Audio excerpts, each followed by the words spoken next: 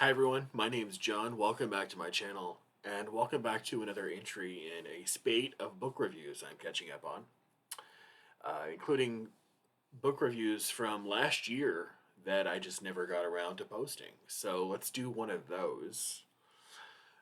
Last year, someone I have an interesting reading relationship with passed away. His name is Edmund White. Edmund White was a famous gay novelist and memoirist, and he died last year. I think he was 84, 85 years old, and he died in June. Of course, he would hold out to die in Gay Pride Month because that's just kind of the guy he was. 15 years or so ago, I picked up a book by a good friend. A good friend had recommended me this book. It wasn't by the friend, it was by Edmund White. And it was the second book in his three-part memoir, and it was the volume called The Beautiful Room is Empty. And I don't know whether it was the story of a young gay man growing up in the 50s and 60s, or the inclusion of the sometimes lurid sexual details, but I still remember how well written and how poignant it was. All these years later. It was probably more than 15 years ago, actually. And as a classical music fan, I also loved that the third volume in that series of memoirs about White's life toward the end of when he was writing it, which was the 80s and 90s, which was about the AIDS crisis, was called The Farewell Symphony. And that's a tribute to Franz Joseph Haydn, one of my favorite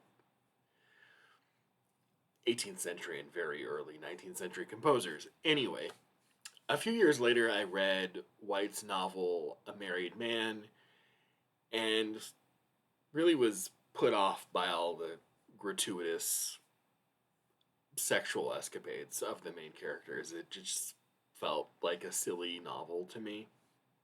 But over the years, I've collected half a dozen or so pieces of nonfiction by him, including this one, and his gigantic biography of another gay icon, Jean Genet, the French prisoner novelist in his own right. And one of those volumes is the one I want to talk about today.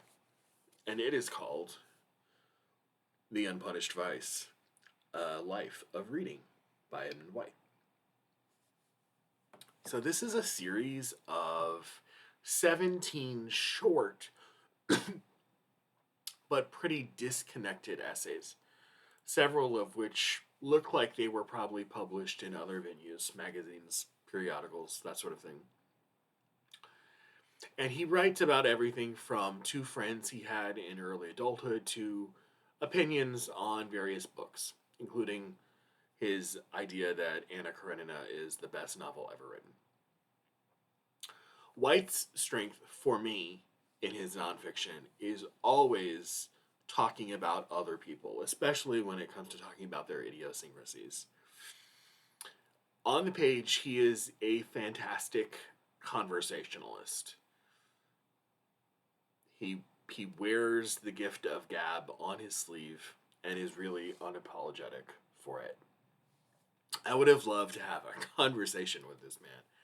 The discussions of literature, on the other hand, oddly enough, for being such a bookish person, kind of fall flat. Maybe they're not long enough. Maybe the essays aren't long enough, but some of them feel undeveloped. And like I said, just don't quite lack the sparkle that they should. There is not a lot of rhyme or reason to the order of the essays, and there's no unifying narrative thread or allusions that would let them coalesce into something memorable or worthwhile. But as the book goes, there's also this kind of cloying, grating coquettishness that he has with a lot of the stories that he communicates. He is always one of those people who sounds like he would pull you aside and say, you know, I never really thought of myself as well read, but when I saw Joyce Carol Oates in the grocery store the other day, or tell you about that time when he saw Toni Morrison at the local antique shop, these are not actually things from the book, but I can guarantee you they're words that came out of Edmund White's mouth at some point in his life. Despite being about bookish life, his opinions about them, I guess, are some of the least memorable parts of the book. What sticks with me are the sometimes knowing and the sometimes petulant, bitchy asides that he offers of people that he knew really well throughout his life. Overall, the book kind of reads like some occasional nonfiction that's been cobbled together and sent to press, which is probably what it is, even though there are some good things in it. Nevertheless, it's worth emphasizing he always sparkles when he talks about people that he knew personally, and he has a gift of conveying what their personalities were like.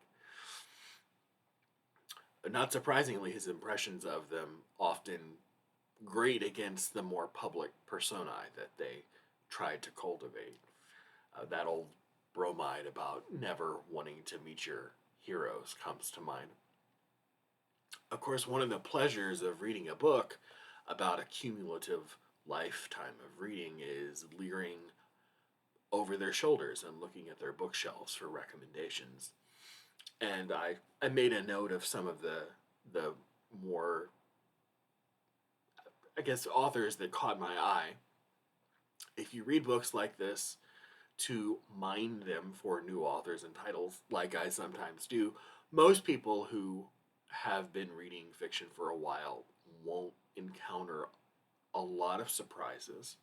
Some of the names and titles I were drawn to was John Giano, Ronald Furbank, Jean Cocteau, Colette, Nabokov, especially Lolita, Henry Green, especially his novel Nothing, but also Elizabeth Bowen, Shinichiro Tanizaki, Yanisaro Kawabata, and Kurtzia Malaparte. And I have a really interesting reading relationship. I've read things I love, like The Beautiful Room is Empty. I've read things that just sort of make me like, well, why would you put this on a page? But when he died last June, I was going on vacation that month and July, saw this, and just thought, as a little homage to him having just passed away, I would read something by him. I still have other bookish essays by him, and I will inevitably read more because it is just such a compelling voice. Even if you don't actually read him for his opinions on the books, maybe I will find something in there about other fascinating people that he knew, or people that he at least made sound fascinating. Was such an interesting person and such a loss for the literary community. Edmund White's The Unpunished Vice, A Life of Reading. I'll see you soon with another review.